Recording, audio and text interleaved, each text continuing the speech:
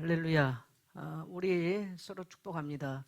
이 밤도 하나님이 새 은혜 주시기를 축복합니다. 네. 또 이렇게 한 번 더 고백합시다. 모든 성도가 예배에 승리하기를 축복합시다. 네, 주모로 들으신 성도님들도 페이퍼는 다 받으셨죠? 페이퍼 다 받으신 거죠? 예. 오늘 갈라디아서 6장 1절로 10절 짐을 서로 지라. 한번 따라합시다. 짐을 서로 지라. 예, 주일 강단 말씀에서 한번 말씀을 한번 나누겠습니다. 주일 강단의 말씀에서 첫째는 제가 부모에게 말씀을 메시지를 나눴죠. 그래서 자녀는 태의 열매예요. 내 태의 열매가 뭐냐? 자녀입니다. 그리고 자녀는 내 믿음의 뭐다? 상급이에요. 내가 신앙생활 어떻게 했냐? 믿음생활 어떻게 했냐? 나는 잘했어요. 엄청난 거 했어요. 다 소용없는 이야기. 따라합시다. 자녀가 열매다. 그래서 한 세대 30년이 가고 얼마를 가면 이 자녀가 보증하는 거예요. 그래서 또 우리 자녀들은 무엇과 같다? 살이다. 부모는 뭐다? 활이다. 활은 조그만 각도가 빗나가도 완전히 살은 엉뚱한 데 가서 꽂혀버립니다. 완전히 딴 곳에 가서 꽂혀버려요. 그래서 화살이 멀리 높이 정확한 간역을 향해서 나갈 수 있도록 부모는 그렇게 자녀에게 바른 길을, 바른 신앙을 지도해야 되고 애통한 마음으로 다음 세대를 바라보기를 소망합니다. 그래서 내 자녀가 바른 곳을 향해서 정확한 관역을 향해서 정말 더 높이 더 멀리 갈 수 있도록 그러한 힘이 있는, 영적인 힘이 있는 그런 부모 되기를 축복합니다. 내 자녀는 소유물이 아니에요. 쏘아 올렸는데 하나도 제대로 가서 관역에 정확하게 간 자녀가 없다. 우리는 하나님의 나라를 향해서 가는 거거든요. 그러면 정말 이건 서글픈 인생이 되는 거예요. 자, 두 번째에 대해서 제가 우리 청소년들에게 이렇게 좀 포커스를 맞춰서 그래서 제가 리차드 바크의 갈매기 꿈을 제가 말씀을 드렸습니다. 저는 제가 젊은 시절에 갈매기 꿈이 굉장히 내한테 준 영향이 굉장히 컸습니다. 가난했죠. 환경이 우리 시대에 사회적으로 어두웠죠. 이럴 때 이 갈매기 꿈은 굉장히 내게 큰 꿈을 불러일으켜줬고 내 생각을 드높이게 만드는 책 중에 하나입니다. 그리고 제가 또 하나 굉장히 많이 정독을 하고 또 제가 청소년들 수련회 할 때 이 갈매기 꿈이나 또 하나 계속 이렇게 강의를 했던 것 중에 하나가 뭡니까? 어린 왕자. 생떼 지베리의 어린 왕자. 거기는 이제 가치관의 이야기가 나와요. 어떤 걸 가치관으로 삼고 살 거냐. 그 얘기가 나오죠. 갈매기 꿈을 통해서 우리는 도전할 수 없는 이상을 향해서 가능하다. 이것을 배우게 된 거예요. 그래서 저도 청소년들을 만날 때 특별히 중고등부 대학 청년들을 만날 때 뭐 수련회나 뭐 할 때 꼭 제가 한 번씩 강의를 그래서 아주 깊이 제가 강의를 다루면서 아이들하고 울면서 기도도 하고 그렇게 했던 지난 날이 있습니다. 갈매기처럼 꿈을 꿔라. 조나단 리빙스턴 시글에 대한 이야기죠. 그래서 높이 나는 새가 멀리 본다. 갈매기는 절대로 높이 날 수가 없어요. 수많은 도전을 합니다. 날개가 부러지고 머리가 깨지고 조롱받고 비웃음 받습니다. 계속된 도전을 하다 보니까 어느 날 깨닫게 되는 거예요. 날개를 잡아라. 다시 말하면 파닥거리는 세상을 향해서 먹기 위해서 파닥거리는 걸 접어버려야 높이 비상을 하는 거죠. 독수리는 날개 파닥거리고 안 다녀요. 접죠. 높이 올라갈 때는. 먹이를 사냥할 때는 날개를 펴요. 독수리도. 그러나 참 독수리 날개는 접혀 있어요. 날갯짓 자체가 틀리죠. 그러한 것들을 깨닫게 되면서 그야말로 이제 신세계를 경험하고 거기서 인생의 스승을 만나고 돌아오죠.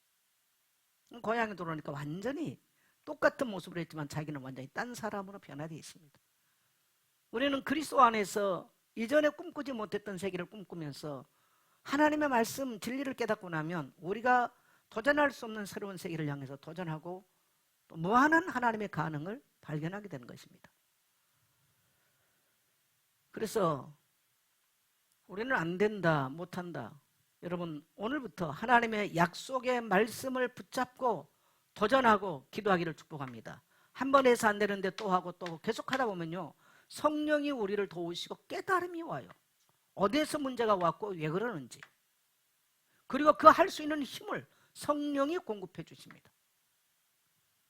그래서 우리 자녀들이 오늘 이 시대는요, 꿈이 없는 세대예요. 그게 불행한 일이죠. 꿈이 있어야 돼. 그리고 높이 나는 새가 멀리 본다. 날개를 접어라. 그래서 이상은 높아야 돼요. 다시 말하면 생각은 높아야 돼. 근데 사람들이 반대로 살아. 생각은 종직인데 또 마음만 높아져 있어. 그러니 뭐가 되겠어요? 그러면 열등감이 시달리죠. 자존심 상하죠. 상처, 상실감 오죠. 인생 뒤죽박죽 되는 거예요. 이상은 그야말로 아주 그게 이제 대표적인 사람이 저는 요셉이라고 보는데요. 요셉은 얼마나 거대한 꿈을 꾸고 생각을 가졌습니까? 생각이 컸던 사람이에요. 하늘의 별로 뭡니까? 하늘의 해와 달이 그에게 절을 하는, 모든 곡식단이 그에게 절을 하는 이런 어마어마한 그 드높은 이상을 가졌죠. 그러나 현실은 노예 생활로, 그러나 그의 시간에 그 어떤 것도 타협하지 않았어요. 노예로 살아가는 그의 시간, 그의 삶은요, 어떤 것도 타협하지 않았어요. 이게 우리의 자녀의, 우리의 삶이 돼야 된다는 거예요. 자, 그 다음에 세 번째로, 그러면 어떻게 이상은 높게 마음은 낮은 자리. 어떻게요? 예수님이 가르쳐 주죠. 마태복음 5장 3절에서 12절. 이게 바로 산상수훈입니다. 심령이 가라앉은 자는 복이 있나니 천국이 이것이요. 온유한 자는 복이 있나니 땅을 기업으로 받을 것이요. 애통하는 자는 복이 있나니 저희가 이로함을 받을 것이요. 청결한 자는 복이 있나니 하나님을 볼 것이요. 화평케 하는 자는 복이 있나니 저희가 하나님의 아들이라 일컬음을 받을 것이요. 의에 졸이고 목마른 자는 복이 있나니 저희가 배부를 것이며 의를 위하여 박해를 받는 자는 하늘에서 상급이 크미니라. 세상보다고 정반대예요. 우리는 마음을 그렇게 낮게 가지고 살아가야 돼요. 가난한 마음으로, 하나님이 없으면 안 된다고 하는 가난한 심령으로. 그러면 불행할 일이 없습니다. 마음은 높은데 생각이 낮으니까 인생이 불행한 거예요. 그 갈등이 오는 거예요. 상처받은 사람 특징이 뭡니까? 지 생각은 요만한데 마음은 또 높아. 자존심은 높아 있어. 그러니까 갈등이 오고 상처가 오는 거죠. 그래서 우리 자녀들이요, 이렇게 살아야 돼요. 그래서 제가 제목을 뭐라고 잡았습니까? 행복의 나라를 향해서 날아가라. 행복의 나라가 뭐예요? 이 팔복이 바로 행복의 나라거든요. 복 있는 이 말은요, 행복한 사람은 공동 번역이란 행복하여라 마음이 가난한 사람들이 그렇게 돼 있어요. 번역이. 행복한 나라를 향해서 가는 삶의 방법입니다. 오늘날 얼마나 어렵습니까, 세상이. 난 우리 자녀들 보면요, 불쌍해요. 저들이 앞으로 이 세상을, 이 험난한 세상을 어떻게 살아갈까? 어떻게 무장하고 살아갈까? 어떻게 보면 나는 참 이제 70평생을 살아와 버렸다는 게 감사해. AI가 나와가지고 뭐 하여튼 얼마나 뭐 베리벨 세상이 지금 이제 온다고 지금 난리인데 얼마나 어렵겠어요. 자, 오늘 갈라디아서를 갑니다. 여러분, 우리가 서론에서요, 공동체는 혼자가 아니에요. 하나님이 우리에게 축복을 주셨는데 따라합시다. 공동체는 혼자가 아니다. 예, 공동체는 혼자가 아닙니다. 그래서 교회는 그리스도의 몸으로서 우리는 그의 몸의 각 지체입니다. 그래서 몸은 각 지체가 서로 연결이 되어서 함께하고 함께 아파하고 함께 기뻐하는 거예요. 그래서 오늘 본문은 사도 바울은 갈라디아서 6장을 통해서 공동체 안에서 서로 어떻게 해야 하는가, 특별히 오늘 1절로 10절에서는 서로가 짐을 지는 삶에 대해서 가르쳐주고 있습니다. 따라합시다. 공동체는 짐을 서로 져야 된다. 제가 목회를 지금 이제 딱 35년을 했는데 사람들이 저보고 놀랍니다. 한 교회에서 어떻게 35년을 목회를 했을까?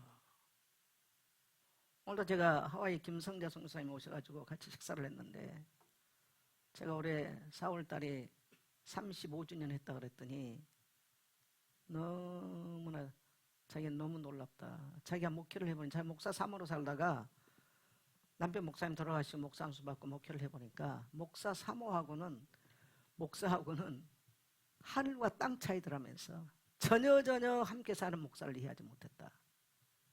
그러면서 목사님 어떻게 그 세월을 살아왔어요? 그러더라고요. 자기 목회를 하면서 해보니까 이 목회만큼 힘들고 어려운 게 없다는 걸 자기는 알게 됐다. 근데 또 하나님이 축복은 공동체입니다. 근데 또 공동체가 힘들어요. 제가 늘 옛날에 하는 말이 있어요. 목사는 귀신 하나다 무서워. 목사가 만일에 귀신이 무서우면 그 목사는 목사하지 말아야 돼. 뭐가 무섭냐? 첫째, 죄가 무서워요. 죄 가운데 빠졌다. 그 인생 끝나는 거예요. 두 번째 뭐냐? 사람이 무서워. 사람 속이 마귀 속보다 훨씬 어렵습니다.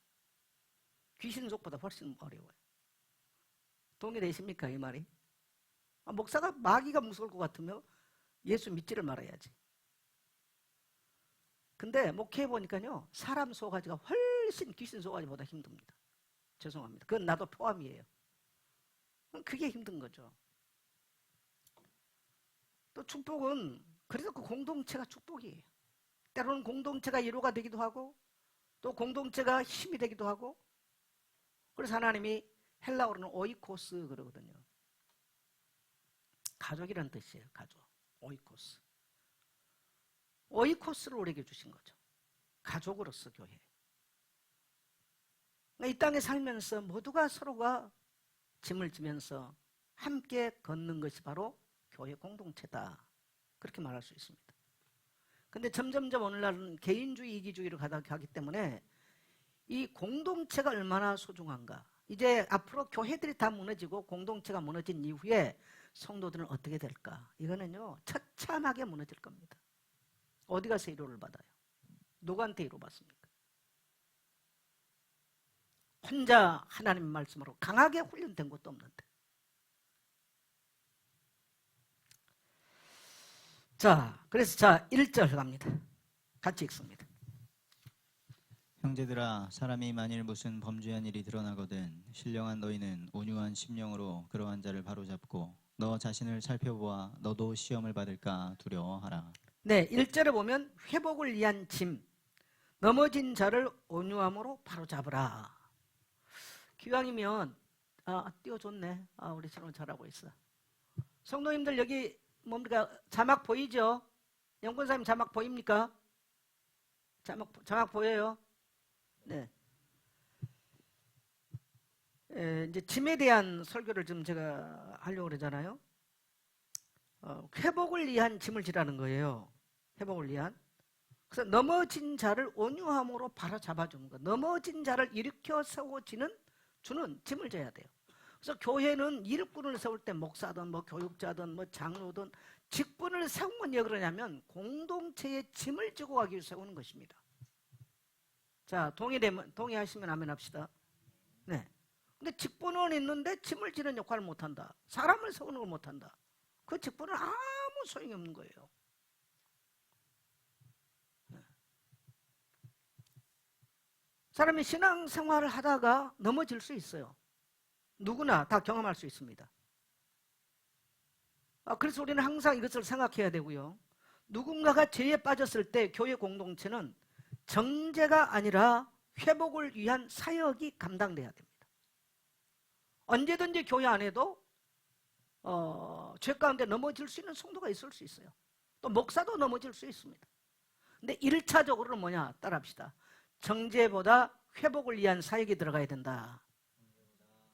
그게 1차적으로 돼야 됩니다. 근데 만일에 이 사람이 돌이키지 않고 계속 그것을 한다 라고 할 때는 교회는 7일을 해야 돼요. 7일 해야 되는 거예요. 지금 오늘 현대 교회가 문제가 뭐냐? 7일가 없는 게 교회 문제예요. 옛날에는요 교회에서 청바지 못 입었어요. 우리 그 앞에 세대들은요 파마도 못했습니다. 교회 통기타 못 쳤어요. 우리 세대들은 전자오르간으로 예배를 하는 이제 이런 세대. 그러다가 이제 우리 세대들부터 이제 통기타가 교회 안에 등장을 하기 시작하면서 진짜 통기타는 그냥 청년들만 앉아서 둘러앉아서 치는 수준이었지 이게 예배 가운데 더 이렇게 등용되지는 못했죠. 예배 가운데 오지는 못했어요. 장로님들이 아주 싫어했죠. 그런 것들을.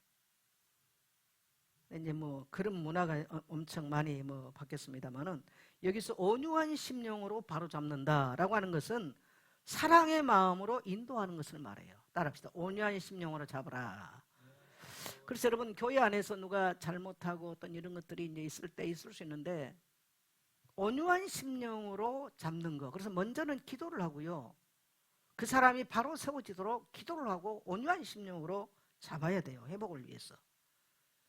그래서 비난이 아니라 눈물로, 정죄가 아니라 품음으로 회복시켜야 됩니다. 그래서 바울은 이제 그 밑에서 동시에 지금 뭘 말하냐면 너 자신을 살펴보라 라고 권면도 하죠. 그래서 우리는 누구나 죄의 유혹에 빠질 수 있다고 하는 거, 그런 존재라고 하는 거. 그래서 우리가 우리 주변에 신앙적으로 낙심한 자나 죄의 무게에 눌린 자가 없는지, 여러분의 목장 안에 그러한 자가 없는지, 오늘 여러분의 삶 속에서 이러한 짐을 지는 사역이 일어나게 되기를 축복합니다. 성경을 백날 읽어도 우리에게 적용되지 않는 성경은 아무 의미가 없어. 왜? 우리는 도 닦은 데가 아니거든요.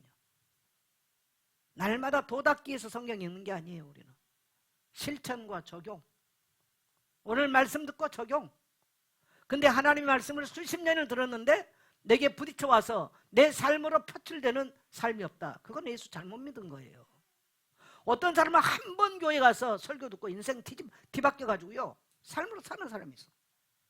수십 년 가도 적용이 안 된 사람이 있죠. 자, 두 번째 갑니다. 자, 2절 갑니다. 시작. 너희가 짐을 서로 지라. 그리하여 그리스도의 법을 성취하라. 짐을 서로 지라. 이 말은 무슨 말일까요? 짐이라고 하는 것은 고통을 말하잖아요. 고통을 함께 나누는 사랑의 짐을 지라는 겁니다.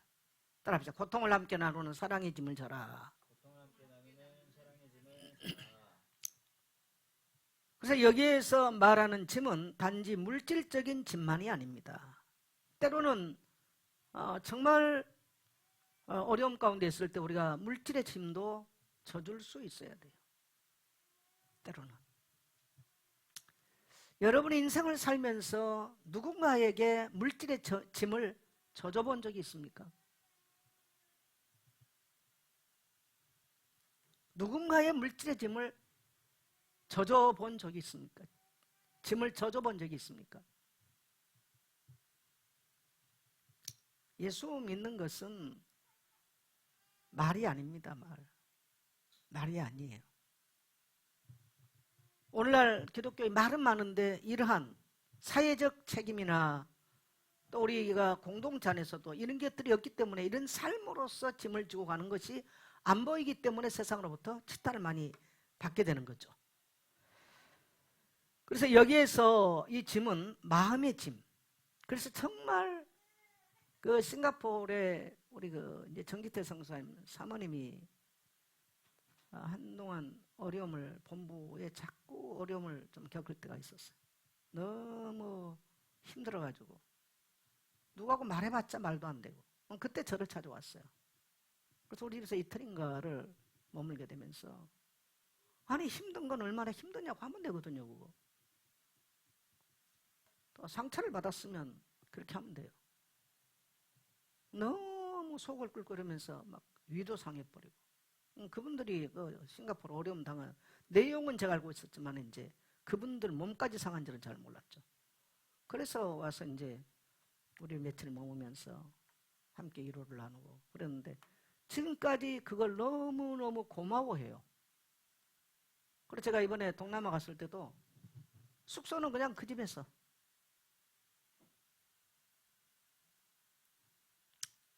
늘 고마워하죠. 사실 저는 별거 한 게 없어요. 그럼에도 불구하고 뭐냐면 마음의 짐을 같이 져준 거였죠. 그래서 저도요 해보니까 뭐 물질로 제게 도움을 줬던 사람도 굉장히 기억에 남습니다만은 제 마음에 짐을 져줬던 사람들은 평생 잊지 못하는 거예요. 중요합니다. 어떤 막 메시지를 주고 이거 그렇게 중요하지 않아요. 정말 마음의 짐을 나눠질 수 있는 것. 그게 신앙이거든요. 그래서 또 영혼의 고통, 또 실패, 좌절, 상처와 눈물을 포함한 감정적, 정서적 짐을 져주는 겁니다. 감정이나 정서적인 게 힘들어가지고 그러는데 이것들을 너무 이제 이해를 못 해버리면 어려움이 이제 많이 봉착이 되죠. 그래서 특히 교회의 이런 리더십들, 목자나 이런 분들은요, 그런 것들을 잘 살펴야 교회가 성장할 수 있어요. 교회가. 그런 것들이 굉장히, 여러분, 교회를 열심히 나와 있다고 그 사람이 신앙 좋다고 말할 수는 없습니다. 신앙의 기준은 열심히 교회와 출석하고 앉았느냐가 신앙의 척도는 아니에요. 결국은 삶의 이야기인 거죠. 그래서 제가 지난주인가 그 말 했을 겁니다. 이 복음의 원리에서, 복음의 교리에서 두 가지 교리. 하나는 교리적 원리가 있고요. 두 번째는 생활의 원리. 이 두 개 다 가르쳐야 돼요. 그래서 바울 서신의 후반부에서는 언제든지 생활의 원리, 생활의 복음. 이론의 교리의 복음이 아니라 생활의 복음이 되어져야 돼요. 그래서 이론의 교리를 가지고 있으면 그 사람 주변에 사람이 일어나지는 않아요. 사람이 일어나지는 않습니다. 사람을 세우지는 못합니다. 자, 그래서 누군가의 눈물을 그냥 지나치지 말고 그 짐을 함께 한번 져보세요. 그리고 기도해 주세요. 우리 교회가 그런 교회가 되고 그런 성도가 되기를 원합니다. 그래서 진심 어린 관심과 중보 기도는 고통 속에 있는 자에게 큰 위로가 되죠. 자, 3절, 5절 같이 갑니다. 만일 누가 아무것도 되지 못하고 된 줄로 생각하면 스스로 속임이라. 네, 아무것도 된 줄도 자기도 되지도 않은 주제에 또 남을 또 가르치려고 하는 사람들도 있어요. 그래서 교회에서는 여러분요, 남을 가르치거나 영향 주는 사람을 새신자나 이런 사람을 안 시키는 거예요. 왜 그러냐? 쥐 안 됐는데 안 좋은 영향을 미쳐요. 그래서 제가 어떤 사역자로 이렇게 어디 사역을 해라 이런 거 하지 않으면요, 데리고 가서 뭐 하고 하지 마셔야 돼요. 왜 목사는 걸 중요시 하면요, 그 사람의 기준이 사람에게 전달되는 거예요. 그래서 목사는 그걸 굉장히 유심히 봐요. 그 사람의 기준 생각이 전달돼 버리면, 특히 만일에 청년들이 아직 뭐가 성장이 안 되고 그러는데요, 그런 어떤 것들이 영향이 와버리면 굉장히 지대한 인생에 영향을 미쳐요. 성장의 아이들도 그렇고. 그건 중요합니다, 이런 게.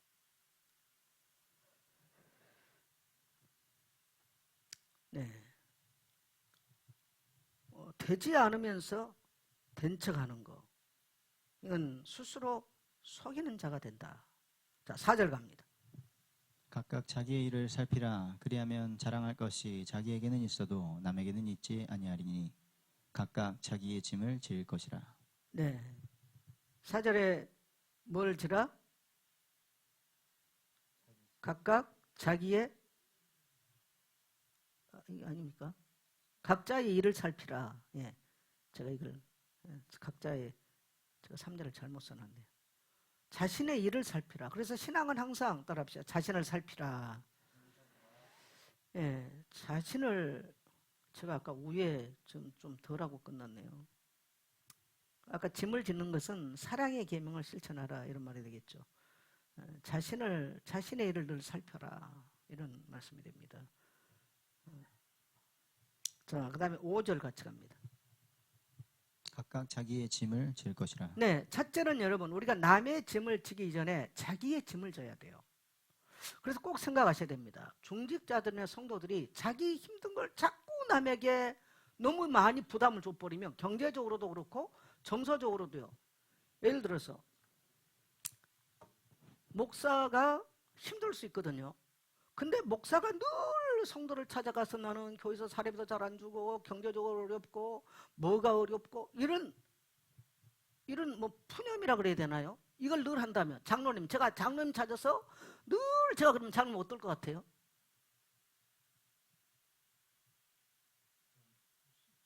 예?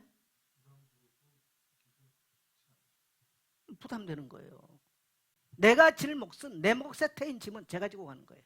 따라합시다. 내 몫에 태인 건 내가 지고 간다. 그래서 여러분 주변에 사람 넋두리 많이 한 사람 주변에 두지 마세요. 제 친구가 이번에요 그 얘기를 저보고 하더라고. 남편이 정신문제 이렇게 심각해도요 한 번도 넋두리를 하거나 부정적인 말을 안 해요. 근데 무슨 말 끝에 이런 말을 해요. 사람들이 자기 넋두리를 하거나 부정적인 말하는 사람 보니까 인생이 안 바뀌더라는 거예요. 그것만 안 해도 사람은 괜찮은 것 같다. 너무 맞는 말이야. 그래서 내가 목사지만 친구하고 대화를 하다가 내 자신을 내가 돌이켜봤다니까. 나도 누구한테 뭐 친구를 만났든 뭐 장로님들을 만나든 권사 넋두리를 혹시 하는 건 아닌가. 근데 특히 사모들, 일반 교회 목사님들이 사모의 와이프들이요 성도 붙잡고 넋두리하고 이래가지고요 박살을 내는 교회. 굉장히 사모들의 역할 중요해요. 나는 그래서 교회 사모란 말 뭐 다른 교육자들 붙여놓지도 않지만 사모하지 말란 얘기예요. 저는 사모 포지션에 가지 말란 얘기예요. 이런 것들이 엄청나게 영향을 미쳐버려요. 목사는 목사의 짐을 지고 목사의 아내 됐으면 그 사람도 자기 짐을 지고 가는 거예요. 권사는 권사의 짐을 지는 거예요. 장로는 장로의 짐을 지는 거예요. 할렐루야. 그리고 우리는요 따라합시다. 서로의 짐을 지라. 자기 짐도 못 지면서 또 남에게 또 뭐 난 장로야 그러면서 난 또 목사역으로 나타난다. 이건 심각한 상황이 되죠. 그래서 자기 성찰과 책임 있는 그리고 남과 비교하지 말고 자신을 정직하게 돌아보라. 그래서 우리 그리스도인들이 정직함 굉장히 중요합니다. 정직함 굉장히 중요해요.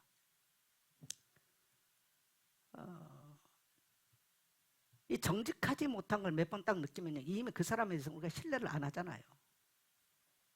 시간. 나는 두 가지 면에서 정직함에 대해서 말하고 싶어요. 시간. 그 다음에 물질. 물질을 맡겨준 어떤 일들을 우리가 처리할 때 직장이든 사회든 교회든 어떻게 물질을 처리하느냐. 그리고 우리가 교회 일을 하는 사람으로서 나에게 내가 교회를 위해서 일해야 될 시간들을 어떻게 내가 하고 있는가. 그래서 교회 사역을 하거나 이런 저기들은요 시간 관리 정직하게 하셔야 돼요. 또 교회 재정을 맡거나 이런 분들은 재정, 돈에 대해서 정직하게 관리하셔야 됩니다. 정말 이건 아주 중요한 얘기들입니다. 우리 그리스도인들이 직장을 가서도요 시간에 정직하지 못하다, 또 돈에 정직하지 못하다 어디 가서 인정을 받겠습니까? 그건 하나님이 보고 계시거든요. 근데 오늘날 우리 그리스도인들이 뭐가 없냐면요 하나님 앞에 살아가는 삶을 지금 모르는 거예요. 이 정직한 시간을 관리하고 정직하게 물질을 관리하는 내게 주어진 이 시간이 지금 정직하게 내가 어떻게 해서 이게 지금 이걸 모르는 거예요.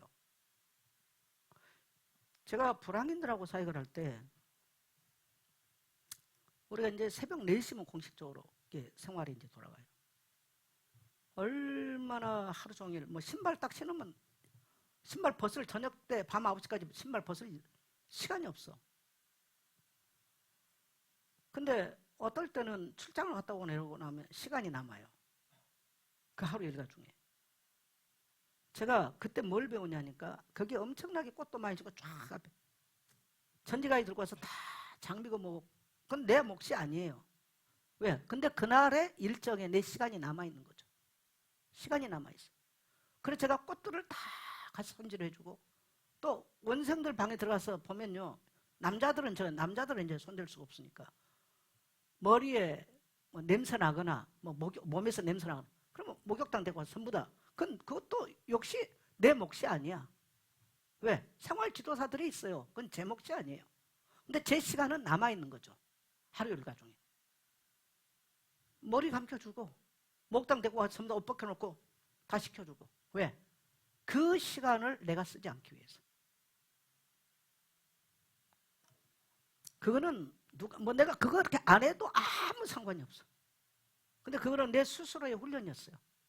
그거는 누구를 위한 게 아니라 내 자신을 훈련하기 위해서 오늘 하루는 24시간 중에 자는 어떤 시간들 빼고는 내가 여기서 일하는 시간이다 라고 설정이 됐다면 그렇게 가는 거죠.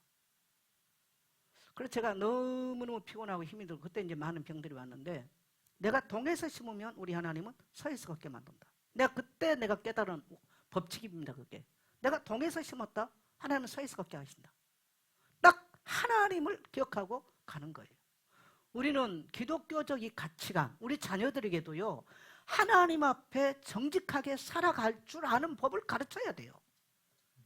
할렐루야. 근데 지 마음대로 돌아놓고 뭐예요? 뭐 교회 일하고 있어. 이런 식으로 해버리면요. 이런 거짓말을 아무렇지도 않게 해버려요. 그럼 사회가 뭐 오직하겠습니까? 그래서 우리가 이런 것들이 이제 굉장히 정직하게 다 자기를 돌아보고 또 자신에게 맡겨진 짐을 또 책임을 사명감을 스스로 져야 된다는 거.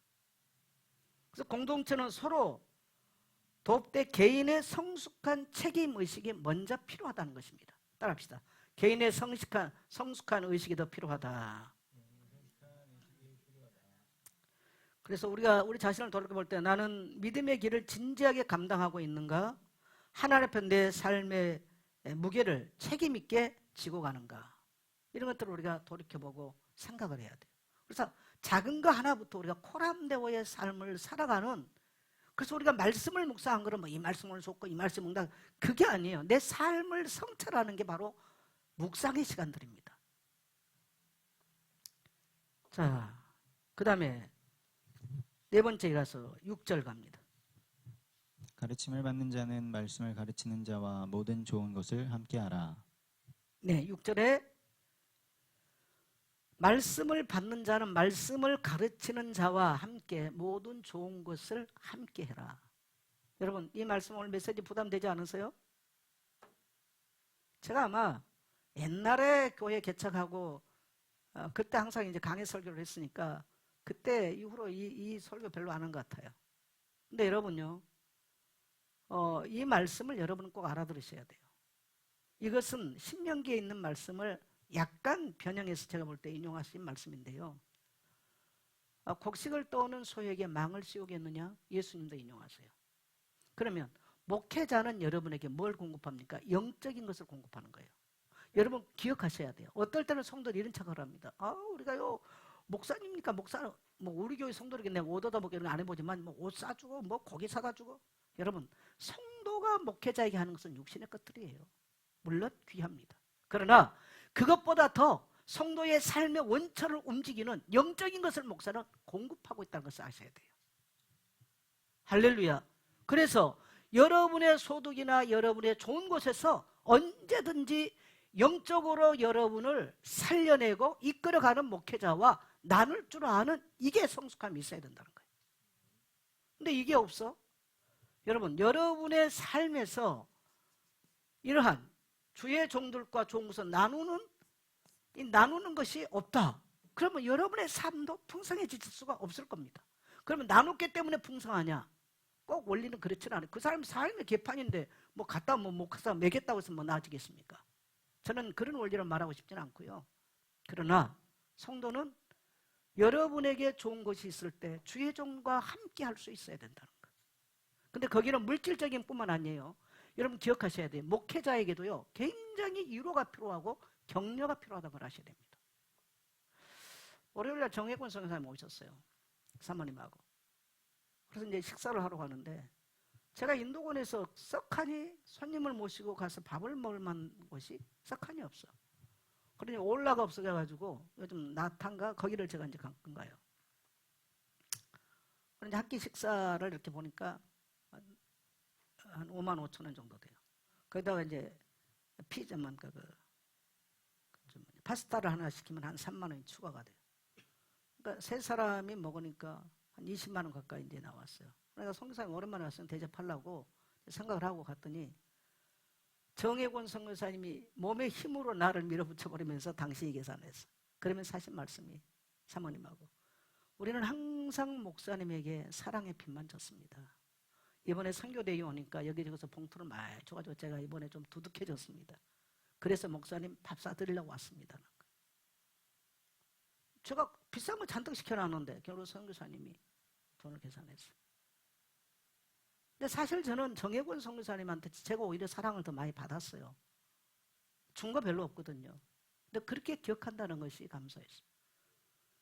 정혜권 선교사님 이제 탈퇴를 했잖아요. 오늘 김성자 선교사님이 연락이 왔어요. 한국에 막 도착하자마자부터 연락이 와고 이제 선교대회 끝나고 오늘 이제 시간이 된다면서 연락이 와서 목사님 점심 같이 합시다. 제가 지금 인다락 있는 사람들하고는 아예 여러 선교사님들 전화 온 내가 일절 다 지금 전화를 안 받았어요. 근데 만났죠.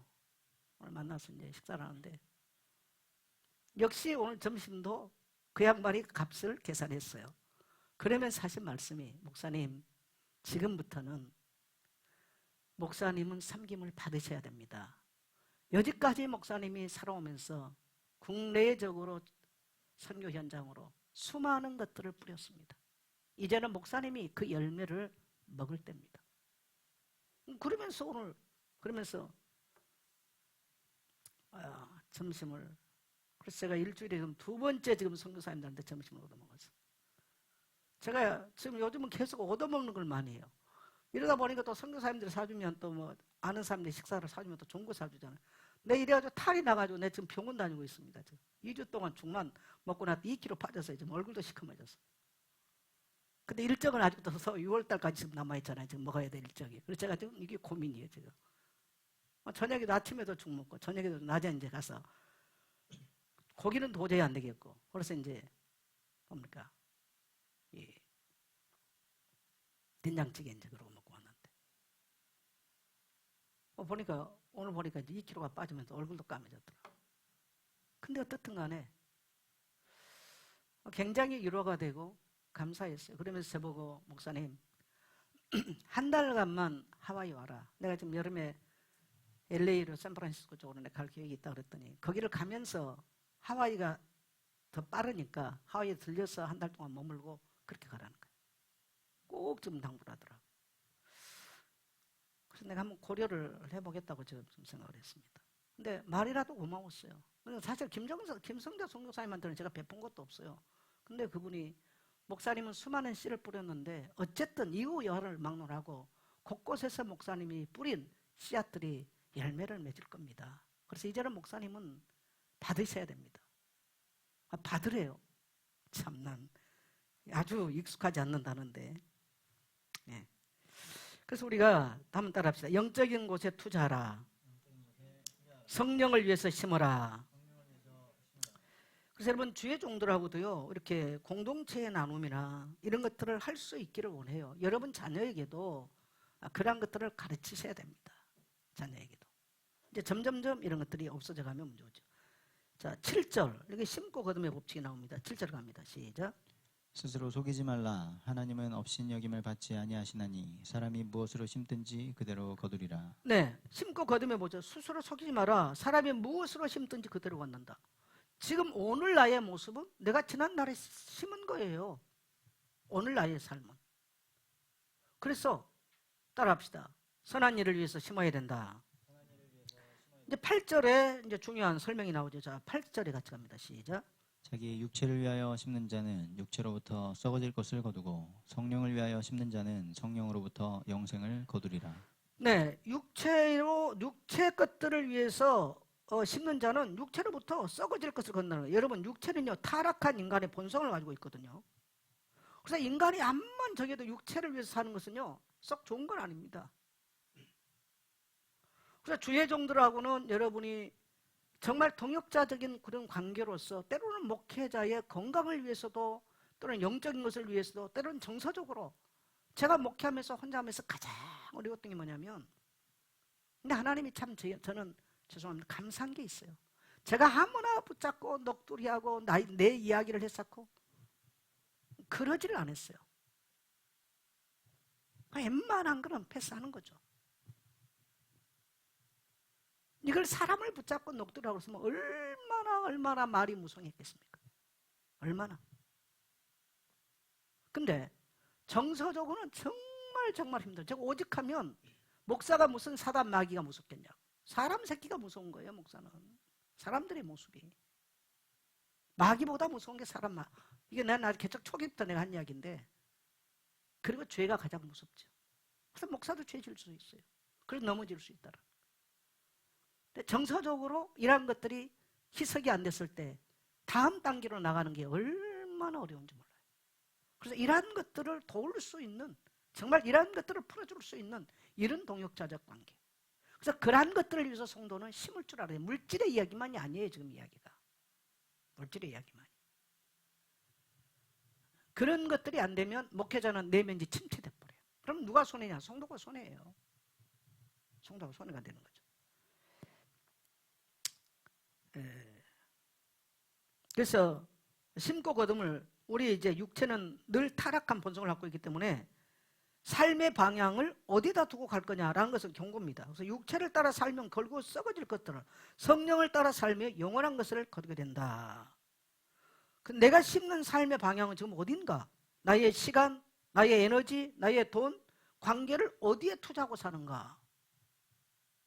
맨날 육체적인데 뭐 쾌락 즐기고 아니면 늘 자기 육신에 매여서 그러면 거둘 게 없어요. 하나님은 정확하십니다. 후일에 보면. 우리 반드시 기억해야 돼요. 성령을 위해 심는 자는 영생을 거두게 되어 있죠. 그래서 여러분 날마다 선한 것들을 위해서 영혼의 것들을 위해서 뿌릴 수 있는 자 되시기를 심게 되시기를 축복합니다. 거둘라면 심어야 돼. 따라서 거둘라면 심어야 된다. 열심히 심어야 돼요. 열심히. 자, 9절 10절 갑니다. 우리가 선을 행하되 낙심하지 말지니 포기하지 아니하면 때가 이름에 거두리라. 그러므로 우리는 기회 있는 대로 모든 이에게 착한 일을 하되 더욱 믿음의 가정들에게 할지니라. 네, 우리가 선을 행하되 낙심치 아니하면 우리가 영적인 것들을 위해서 심었는데 또 남의 침을 쳐줬는데 때로는 열매가 나오지 않는 것 같아. 정말 이것을 해야 되냐? 이렇게 낙심될 때가 목사는 얼마나 많았겠습니까? 목사도 많았습니다. 성도들도 얼마나 많았겠습니까? 기도하는데 응답도 없는 것 같고 복음 전하는 주의 종들을 돕고 교회를 돕고 선교하자는 선교원금도 드리고 근데 열매는 없는 것 같고 여러분 따라합시다. 선을 향하되 낙심하지 아니하면 때가 되면 이룬다. 꼭 확신해야 돼요. 꼭 확신해야 돼요. 제가 큰 목회는 못했습니다만은 제 주제를 생각해 봅니다. 제 주제를. 그래서 요즘은 감사할 게 밖에 없어요. 친구들하고 대화를 하다가 친구들이 9명 만났는데 2명만 천주교 신자 됐다가 천주교 신자들은 이제 안 나가고 나머지는 전부 다 권사님들이야. 그래서 내가 다음에는 와서 권사해야겠다. 그래서 권사해야겠다.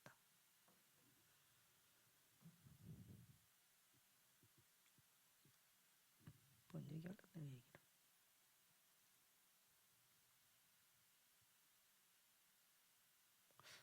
중요한 얘기를 하려고 하는데.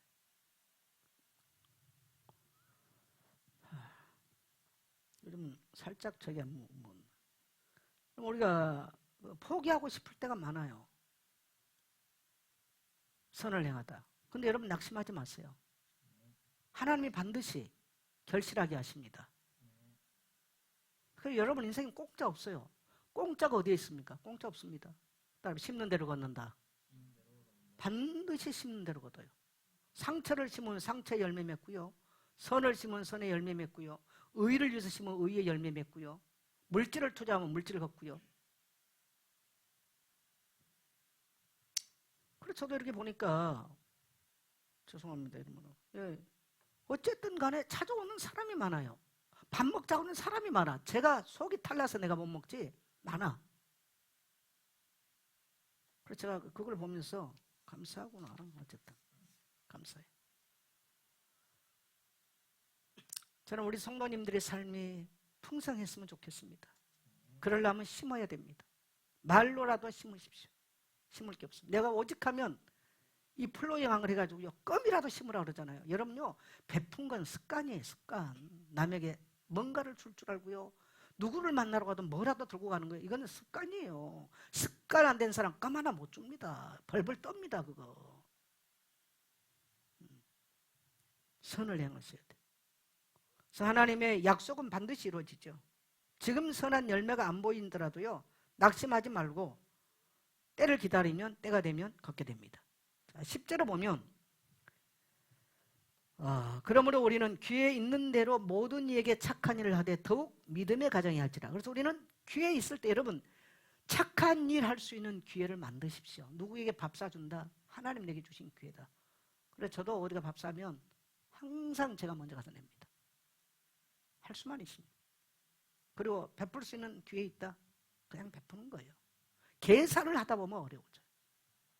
근데 지금까지 보잘것없는 내가 그래도 베풀며 살 수 있는 복을 주셨던 것 같아요. 그래서 은혜가 뭘까?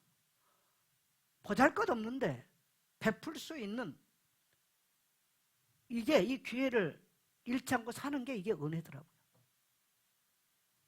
친구가 제보고 그 얘기를 했어요. 교회가 어떻냐? 그래서 코로나19 이렇고 여러 가지 다락방 얘기를 했더니 정 목사 감사해라. 솔직히 우리 시골 출신들 그만하면 얼마나 할 때 감사하냐. 그렇지 그런데 그랬어요. 촌년들 출세한 것 아니에요. 그랬지. 촌년 출세한 거지. 하나님의 부르심 받고. 그래서 정말 진심으로 감사한다. 진심으로 감사한다. 하나님이 제 부족한 모습보다 넘치게 주셨다. 앞으로도 하나님께서는 그렇게 할 걸로 확신합니다. 여러분 선한 중심을 가지고 살아왔던 거 낙심하지 마십시오. 하나님 반드시 이루실 것입니다. 그리고 기회 있는 대로 모든 이에게 착한 일 하세요. 힘써서 하십시오. 그런데 누구에게 더욱 하라? 믿음의 가정에게 더욱 하라. 교회 안에 어려운 성도들, 어떤 성도가 어려운가? 어떤 믿음의 가정이 어려운가? 믿음의 성도들에게 선한 일 다 하라는 거예요. 밖에도 뭐 이웃에게도 하는 거 좋습니다만 믿음의 가정 안에 더 선한 일을 행하라 라고 말씀하십니다. 그래서 우리 모든 공동체가 서로 짐을 지고 풍성해지기를 축복합니다. 예수님의 짐지시는 사랑, 우리는 예수님은요 일평생 우리의 모든 죄의 짐을 지고 가셨어요. 또 우리의 죽음의 짐을 지고 가셨어요. 우리는 그 예수님의 그 짐지는 사랑의 모습을 본받아서 우리도 교회의 그리스도의 몸된 교회 안에서 사랑의 짐을 지고 갈 수 있는 자 되기를 축복합니다. 고통의 짐, 또 죄의 짐 이런 것들을 서로 예수님 본받아 짐을 져주는 삶. 자, 그 다음에 결론적으로 좀 요약을 해놨는데요. 낙심한 이웃을 위로하고 죄에 빠진 형제를 온유한 마음으로 붙들어주고 믿음 안에서 선한 열매를 맺는 삶, 그것이 우리 그리스도의 법을 성취하는 길입니다. 그런 모든 성도 되기를 축복합니다. 지난 수요 예배 때 이제 제가 갈라디아서 5장 했잖아요. 성령의 열매에 대해서. 우리 강장로님이 여지까지 목사님 설교 중에 제일 은혜 받았대. 네, 우리 강장로님 다운 말씀이셨어요. 그러면서 목사님 그 설교를 주일날 꼭 한번 했으면 좋겠습니다. 엄청 은혜를 받으셨나 봐. 그래서 제가 장로님의 제청을 받아들여서 제가 주일날 제가 그 설교 한번 하려고 합니다. 네. 그래서 목사님 항상 그런 설교했으면 좋겠다고. 근데 장로님 그런 설교를 일부러 뺀 게 아니고요. 제가 한 구절도 안 놓치고 지금 계속 읽어가잖아요. 그래서 성도들이 수요 예배에 빠지지 말고 나오셔야 된다는 거예요. 빠지지 말고. 그래 한 구절도 안 빼요. 제가 한 구절도. 내가 하고 싶은 말을 한 게 아니고요. 한 구절도 안 빼고. 그래서 성도는 신앙이 언제 자라냐? 수요 예배 이 강의 설교를 통해서 굉장히 성장을 합니다. 우리 줌으로 오늘 드리는 모든 성도님들도 큰 하나님의 은혜가 임하게 되시기를 축복합니다.